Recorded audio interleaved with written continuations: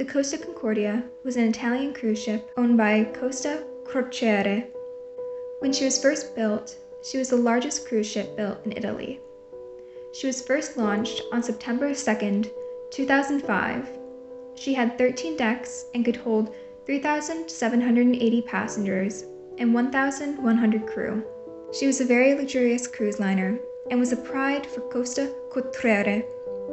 She had set out on her maiden voyage on July 14, 2006, and met her untimely end on January 13, 2012.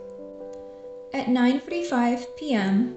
on January 13, 2012, she struck an underwater rock off the coast of Isola del Giglio, which tore a 50-meter or 160-foot gash on the port side of her hull. The water flooded portions of the engine room, which cut off power to the engines. As water rushed in, she listed to the starboard side and drifted back towards shore, where she came to rest on an underwater ledge on her starboard side. The evacuation took over 6 hours to complete, and of the 3,229 passengers and 1,023 crew, 32 people died, the youngest being a 5-year-old girl. This is a tragedy, and my heart goes out to all the family and friends of those who died. Unfortunately, the story of the Costa Concordia is not just known for the tragic loss of life, but also for the actions or inactions of the captain, Francesco Schettino, that could have contributed to the loss of life that day. In researching about his actions, the controversy doesn't come from him running the ship into rocks, but his failure to stay and help with the evacuation. There are many mistakes made, such as unclear and contradictory instructions on the brig, a failure to abandon ship until it was far too late, not contacting the Coast Guard, and dismissing the concerns of the Coast Guard when contacted. That's right, the Coast Guard was alerted not by the captain and his crew, but by the family members of passengers back home that were receiving calls from their loved ones aboard the ship. This level of dysfunction is what ultimately doomed the ship and her passengers. I believe the dysfunction of the entire system would have been the main focus had the captain not left in a lifeboat before passengers were safe and they refused to get back on board. In doing so, he brought all the focus and scrutiny onto himself. I do believe that his actions and lack of actions contributed greatly to the disaster and the outcome, but I don't believe that he is completely to blame. However, this video is not focused on who is to blame, but the morality of the actions of Schettino, mainly the actions and statements that caused him to become so hated. In this video, I'll be taking a closer look at his actions and responses through the lens of social domain theory. To do so, I'll need to give a background on social domain theory as well as other relevant psychological findings. For the purposes of this video, we'll be using social domain theory in relation to morality. In social domain theory, it says that we learn morality through observing those around us and learning to distinguish between the different domains. The 3 different domains are societal, moral, and psychological. The societal domain deals with rules that are dictated by the society in which we live. These rules can be changed because they don't harm others. Moral domain rules, on the other hand, can't be changed. This is because they deal with rules that protect people from harm. For example, a rule that would fall into societal domain would be wearing pajamas at school. A rule that would fall into moral domain would be not assaulting other people. The third and final domain is the psychological domain. This one isn't about following the rules, but understanding the mental state of others. It is about understanding others' feelings and motivations. The world isn't black and white, so some rules might fall into multiple domain categories. This is what is called second and third order. For example, driving on the right side of the road would be considered a third order domain issue. This is because the primary domain would be moral. This is because if you aren't driving on the correct side of the road, then you could seriously injure or kill yourself and others. Though it also falls into the psychological domain because you're aware that other people are expecting you to be driving on the right side of the road.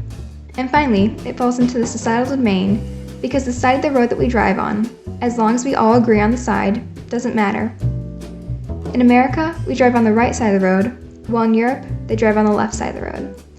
Both work equally as well, as long as everyone agrees on which side of the road we are driving on.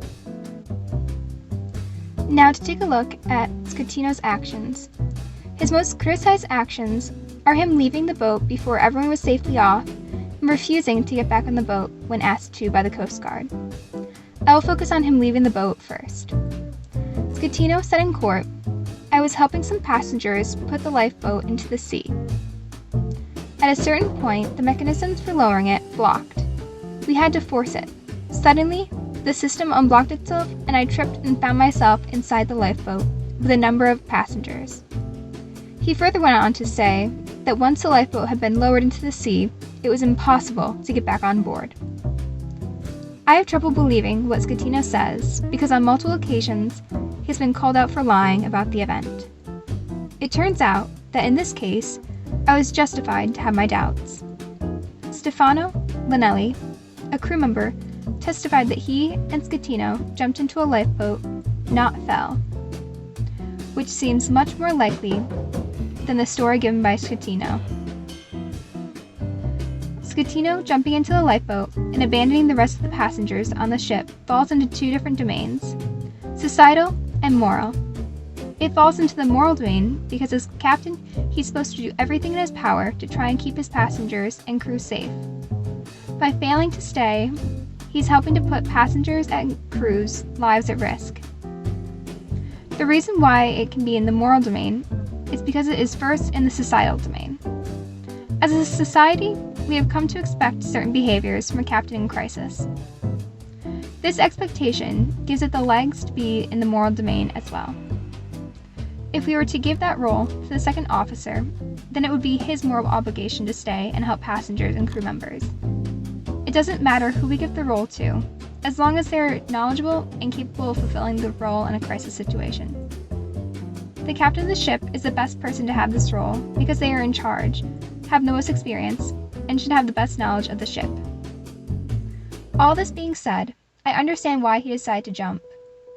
Research has shown that when people are put in a situation of life and death, they will usually choose to save themselves rather than sacrifice themselves for the group. Schroeder Hinrich, the head of the Maritime Safety and Environmental Administration program at the Royal Maritime University in Sweden, and a former master mariner, has good insight on the issue.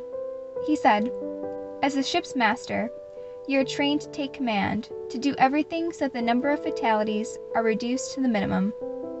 That said, when the ship is sinking, you do try to rescue your own life, but it's hard to quantify when. As long as your own life is not at risk and there are passengers on board, there's a strong moral obligation to stay.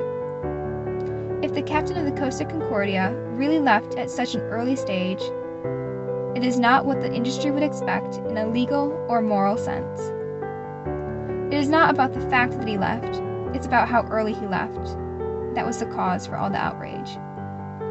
Other action that was heavily criticized was his refusal to go back on board.